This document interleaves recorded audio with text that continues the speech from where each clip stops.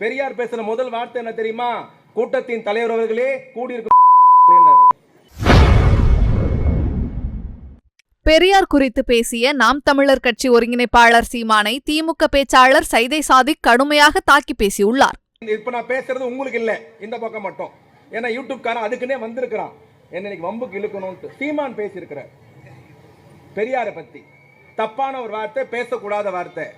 1974 இதே தியாகராயர் பஸ் ஸ்டாண்ட்ல பெரியார் சிலை இருக்குல்ல, அதான் பெரியார் கடைசியா பேசின கூட்டம். அதுக்கப்புறம் இறந்துட்டார். 73 கடைசியா பேசின கூட்டம். கையில மூத்திர பை, பெரியார் தூக்கின்னு வந்து வண்டியில வைக்கிறாங்க, மைக்கு எதிரில் வைக்கிறாங்க. பெரியார் பேசுற ஒரு வார்த்தை, யூடியூப்காக சொல்றேன், பெரியார் பேசுற முதல் வார்த்தை என்ன தெரியுமா? கூட்டத்தின் தலைவர் அவர்களே கூடியிருக்க. மைக்கு போட்டோம், ஓடிய போயிட்டான். இவரு கூட்டத்தை கேட்க வந்தா இவர் நம்மளை எப்படி சொல்லிட்டாருன்ட்டு.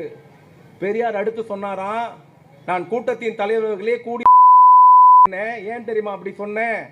நான் எந்த ஜாதி இடத்தில் தமிழன் அடிமைப்படக்கூடாது என்று நினைத்தனோ, இன்னும் அந்த தமிழன் அந்த ஜாதி இடத்தில் அடிமைப்பட்டு கிடக்கிறான் அப்படின்னு 73 சொன்னாராம்.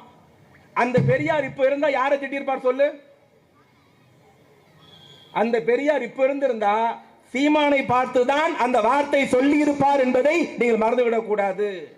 எப்படி நாய் எலும்பு துண்டுக்கு ஆசைப்படுமோ அதை போல் சீமான் பணத்திற்கு ஆசைப்பட்டு ஆதிக்க சக்தி இடத்திலே, RSS இடத்திலே, பிஜேபி இடத்திலே மண்டியிட்டு பெரியார் விமர்சனம் செய்தால் தான் விளம்பரம் அடையலாம் என்று பெரியாரை நோக்கி சூரியனை பார்த்து நாய் கொலைப்பதை போல பெரியாரை பார்த்து சீமான் பேசி இருக்கிறார்.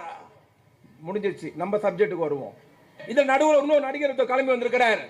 26 கோட்டைக்கு போவோம். அவர் கோட்டை பல்ல ஹாஸ்பிட்டல் நினைச்சினார் பொழுது. கோட்டைக்கு போறதுக்கு எப்படி கோட்டைக்கு போவீங்க நீங்க?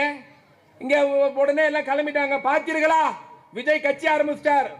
அந்த பக்கம் யார் போவா, இந்த பக்கம் யார் போவா, கூட்டணி உடையுமா உடையாதா, யார் ஜெயிப்பா, யார் தோப்பா, யார் கோட்டு அதிகம் வரும், யார் கம்மியா வரும்ட்டு.